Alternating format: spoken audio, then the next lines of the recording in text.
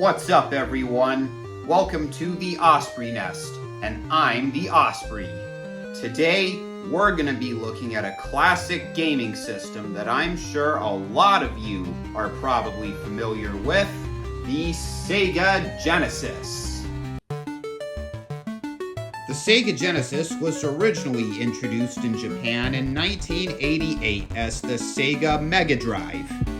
It did not come out in the United States until 1989. This particular model Genesis, the Model 2 Genesis, was introduced in 1993.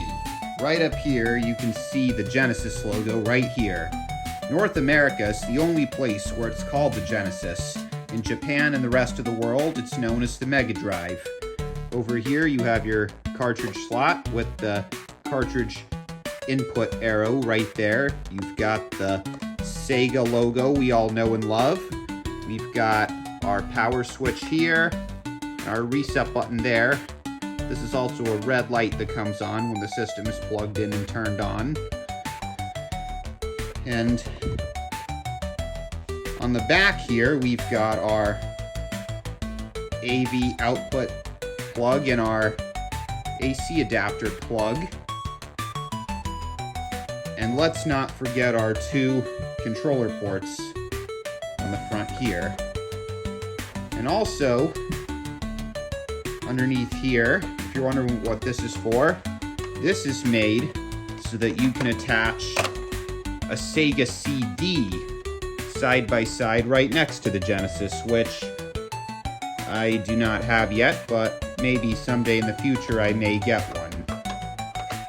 The Sega CD was an add-on introduced by Sega for the Genesis in 1992. The original Sega CD went underneath the Genesis like this.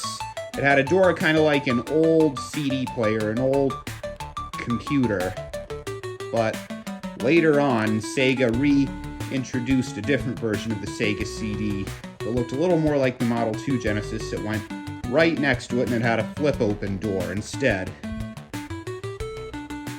But that's a story for another time. Today we're talking about this guy over here. Let's take a look at some of the controllers for the Sega Genesis. Here we have a Sega MK1470 6-button controller, which has a little toggle switch for normal, turbo, and slow, and a little mode button and a start button, and 6 buttons. Originally, the Sega Genesis controller only had 3 buttons, A, B, and C, plus the start button. It wasn't until 1993, when fighting games became popular, that 6 buttons became kind of a necessity for the Sega Genesis. And I guess when the Super Nintendo came out with 4 buttons and a left trigger and a right trigger, it kind of pressured Sega to be more competitive too. And this controller is made by Retrobit. It's not an original controller for the Sega Genesis, but you can still buy these brand new. When it comes to regular games like the Sonic games, usually just the D-pad and 1 button are all you need for most of them. But when you get into fighting games like the Mortal Kombat series and Eternal Champions, then the 6-button controller becomes a necessity. I don't know about you, but I think the Sega Genesis 6-button controller is probably the best fighting game controller ever made, because its layout is nearly identical to the arcade Street Fighter version. And what's so great about it is it's easy to press multiple buttons at once to use combos and special moves as you're playing. But we'll get into more of that another time. The Sega Genesis has a pretty good library of games. You've got the Sonic games, you've got games like Echo the Dolphin, You have fighting games like Mortal Kombat and Eternal Champions. You have some Disney games like The Lion King, movie license games like Jurassic Park, even games based on Beavis and Butthead, and Spider-Man and Venom Maximum Carnage. And then you've got the distinctive Electronic Arts cartridges, which are a little taller than the standard Genesis cartridges and have the distinctive yellow thing here with the Electronic Arts logo. They almost don't look like Sega Genesis cartridges to some people, but they are, and they're kind of cool looking cartridges, and Electronic Arts makes some pretty good games for the Genesis, like Madden 94, good football game, good party game for the Sega Genesis.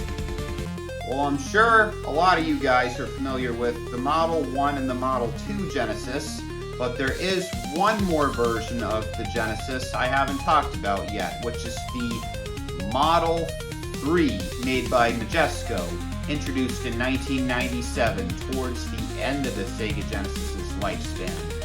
It's a really tiny, compact version of it, which you think would be cool because it's smaller, but that version, sadly, is not compatible with the Sega CD or the other add-on made for the Sega Genesis, the 32X, which was introduced in 1994. But that's also a story for another time. And from what I've heard, the Model 3 Genesis is also not compatible with every Sega Genesis cartridge. So that may not be the version you want to go with, unless you're an absolute die-hard collector who has to own every single version of the Genesis or every single Sega console ever made. So would I recommend buying a Sega Genesis? Definitely. It's a really good, tried and true classic gaming system that you can find for a fairly reasonable price nowadays. And some of the games for it can be pretty reasonably priced, but some of the rarer, higher demand games can be a little more expensive. And if you are going to buy the Sega Genesis, you also have to make sure it comes with the proper AV cables, the right AC adapter, and you also have to make sure you're buying it from a reputable seller that can test the system and assure you that it works, or they can give you the opportunity to test the system out yourself. Now, the Sega Genesis originally did not come with a 6-button controller. You had to buy this separately. But when I got my Sega Genesis, I was lucky enough to get one that had the 6-button controller with it. Usually the Sega Genesis will come with the standard 3-button controller, but sometimes you can get lucky and find one that comes with a 6-button controller. Or if you aren't able to find one on eBay or at the game store, you can also go online, probably Amazon, and get one of these Retrobit Sega Genesis 6-button controllers. But it's not a necessity to own a 6-button controller if you have the Sega Genesis.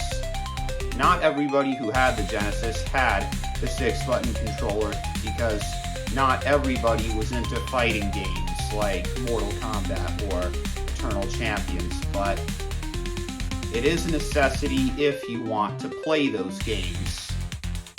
That's it for this episode of the Osprey Nest. Remember to like and subscribe. I'll see you next time.